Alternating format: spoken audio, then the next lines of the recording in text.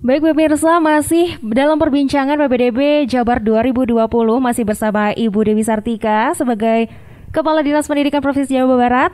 Kemudian juga ada Bapak Yesa dan juga Ibu Dian dari Panitia PPDB 2020. Kali ini ada hal yang sangat menarik tentang jalur di tahap 1 ada prestasi begitu ya. Mungkin Bapak Yesa dapat menjelaskan bagaimana jalur prestasi itu bisa kita laksanakan gitu. Jadi adik-adik nggak bingung begitu Pak.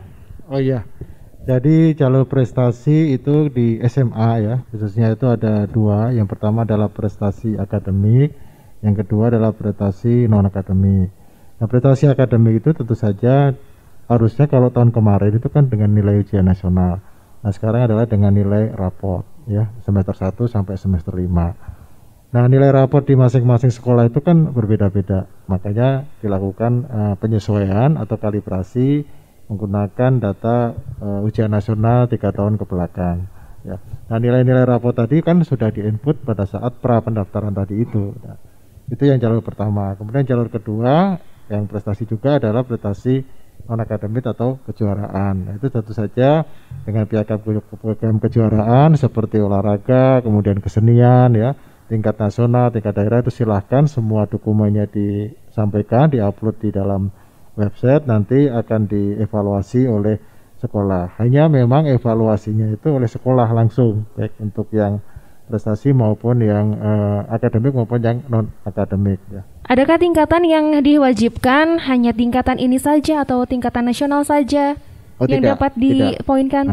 Jadi intinya yang pertama, kalau jalur yang prestasi non akademik tadi, yang kejuaraan, itu semua sekolah akan membuat kuota masing-masing berapa non akademiknya dan apa jenis-jenis apa saja prestasi yang diperbolehkan di sekolah-sekolah tersebut. Mungkin sekolah A dia pengennya kejuaraan olahraga, mungkin sekolah B kejuaraan-kejuaraan yang lain disesuaikan dengan apa yang akan dikembangkan oleh sekolah-sekolah tersebut. Tentu saja bebas mau juara nasional, juara provinsi atau juara internasional, karena nanti akan diseleksi atau di ranking sesuai dengan kejuaraan-kejuaraan yang diperoleh oleh siswa-siswa tersebut.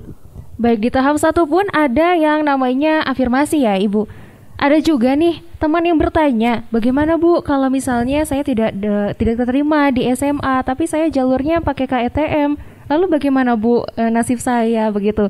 Bagaimana Bu, apakah di tahap 2 masih bisa masuk lagi dengan pendataan yang baru lagi dan masuk lagi di SMK? Mungkin Ibu bisa menjelaskan? Kemudian barangkali Nggak, silakan. baik, memang yang pendaftar di tahap 1 jika tidak diterima itu bisa mendaftar kembali di tahap 2 ya. Kalau dari jalur afirmasi nanti Ibu Kadis juga lebih menjelaskan ya. Apabila memang di jalur afirmasi itu kan ada 2 pilihan ya, 2 pilihan SMA. Bisa di dalam zonasi yang sesuai dengan sekolah yang dituju atau di luar zonasi.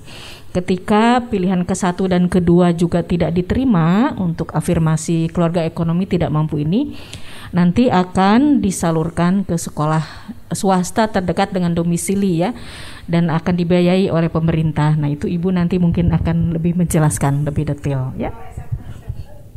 Iya, misalnya dari tahap 1 tidak diterima nih SMA ya. Tahap 2-nya mungkin akan berubah pilihannya ke SMK, itu boleh. Atau sebaliknya, pertama di SMK lalu akan memilih tahap keduanya ke SMA, itu boleh ya. Karena di tahap 2 itu kan jalur zonasi di SMA, kalau di SMK nilai raport umum itu tidak ada persyaratan khusus yang harus diupload lagi, tidak ada. Ada perbedaan SMA dan SMK. SMK tidak ada jalur zonasi dan di SMA ada jalur zonasi. Bagaimana kita mengukur dari arah rumah ini ke sekolah? Iya. Apakah harus pakai jengkal? Pakai meteran. Jadi tentu saja di sana nanti di aplikasi PPDB itu ada fasilitas untuk mengukur titik koordinat ya. Titik koordinat ini bagaimana kita tahu titik koordinat? Para pendaftar itu harus menginput alamat dengan lengkap selengkap-lengkapnya ya, sampai RT, RW dan seterusnya. Dengan menginput alamat tersebut menggunakan Google Map nantinya ya, itu nanti akan terdeteksi ya. Kita lihat dulu di sana ada poin merah ya di Google Map itu untuk menunjukkan alamatnya itu sudah benar belum di sana begitu ya, sampai ke memang menunjukkan ke alamat domisili. Setelah itu dilihat di bagian atas ya, di bagian atas akan ada yang namanya titik koordinat.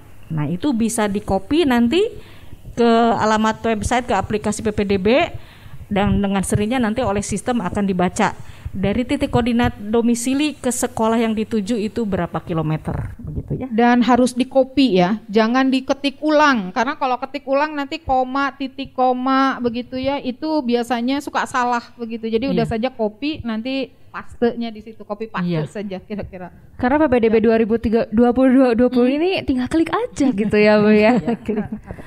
Karena saking dipermudahnya dengan online, kita juga sempat lupa nih Bu. Aduh, bagaimana nih dokumen-dokumennya, apa saja yang harus dilihat. Jangan lupa untuk mengakses www.ppdb.disdik.jabarprof.go.id ataupun juga bisa langsung follow Instagram, Facebook, Twitter di @disdikjabar. Juga bisa langsung ya Bu ya, di notifikasinya langsung ada gitu.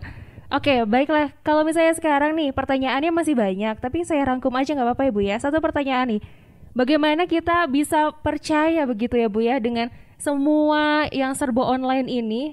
Dan Ibu mungkin sudah bekerja sama dengan siapa ini Disdik untuk segala kanalnya? Ya, artinya kita sudah banyak bekerja sama ya, terkait dari persiapan-persiapan, kemudian juga database-nya juga kita sudah bekerja sama dengan Disdukcapil, dengan Diskominfo juga, kemudian juga dengan Dinsos juga ini untuk DTKS dan non-DTKS, dan secara sistem termasuk juga di dalamnya adalah evaluasi sistem itu sendiri. Itu kita bekerja sama dengan ITB, termasuk juga adalah terkait dengan bahan evaluasi untuk seleksi prestasi. Jadi menentukan rumus-rumus juga kita tidak sendiri begitu ya, bekerja sama juga dengan teman-teman di ITB begitu. Dan yang lainnya tentu saja banyak mitra-mitra yang ikut mendukung demi terlaksananya kegiatan PPDB ini dengan baik, kira-kira seperti itu. Jadi jangan khawatir untuk pemirsa dimanapun Anda berada, langsung saja akses www.ppdb.disdik.jabarprof.go.id dengan segala kanal di Instagram, Facebook, dan Twitternya di @disdikjabar. Mungkin ada pesan-pesan yang ingin disampaikan kepada pemirsa dimanapun berada. Ya, baik para pemirsa dan anak-anakku di seluruh Jawa Barat, sekali lagi tidak perlu panik, PPDB Jawa Barat tahun 2020 tinggal klik ya. Yang kedua adalah pesannya seluruh peserta didik yang akan melanjutkan ke sekolah menengah ya, SMA, SMK dan juga SLB dalam hal ini begitu. Daftarlah melalui PPDB, jangan menunda-nunda pendaftaran ya. Dan bagi orang tua ataupun juga para peserta didik yang berasal dari KETM atau keluarga ekonomi tidak mampu, tidak perlu juga panik, tidak perlu juga takut, segera mendaftarkan melalui jalur afirmasi. Bagi anak-anakku sekalian yang nanti tidak bisa diterima di sekolah-sekolah negeri, kami tentu saja akan menyiapkan bantuan, dan anak-anakku semua yang sudah daftar di PPDB melalui jalur afirmasi nanti bisa daftar di sekolah swasta dan kita akan memberikan bantuan sebanyak 2 juta rupiah. Kita juga sudah bekerja sama dengan para ketua yayasan ya. Jadi sekali lagi anak-anak di Jawa Barat harus sekolah ya, sehingga anak-anak bisa jadi juara. Itu yang pesan pertama. Kemudian pesan yang kedua adalah juga saya mengajak para orang tua untuk mendorong agar anak-anaknya semua bisa sekolah. Itu adalah yang paling penting, walaupun kita dalam keadaan pandemik ya, tetapi hak anak itu adalah hak untuk mendapat pendidikan. Jadi sekali lagi para orang tua ya, segera mendaftarkan anak-anaknya untuk masuk sekolah di jenjang yang lebih tinggi. Itu dari saya, mungkin tambahan yang lainnya bisa silakan dari Bapak Bu Dian dan Pak Yesa. Ya, intinya tadi sudah banyak disampaikan oleh Bu Kadis ya. Jadi slogan kita bahwa semua anak harus sekolah di Jawa Barat itu betul-betul kita fasilitasi, dan mudah-mudahan dengan tinggal klik saja itu memberikan peluang kepada semua masyarakat, semua peserta didik untuk bisa bersekolah. Tidak harus ke sekolah negeri, artinya itu sudah sampai kali Bu, negeri dan swasta itu juga sama saja. Yang penting anak-anak bisa mendapatkan ilmu pengetahuan, bisa sekolah dan sesuai dengan keinginannya masing-masing gitu ya. Baik, Ibu Dian, ada yang ingin disampaikan? Baik, terima kasih kepada para pemirsa, khususnya orang tua siswa dan calon peserta didik yang akan mendaftar melalui PPDB. Gunakan kesempatan untuk mempelajari lebih dalam tentang bagaimana aturan PPDB. Ini masih ada waktu ya, kita akan mulai tanggal 8.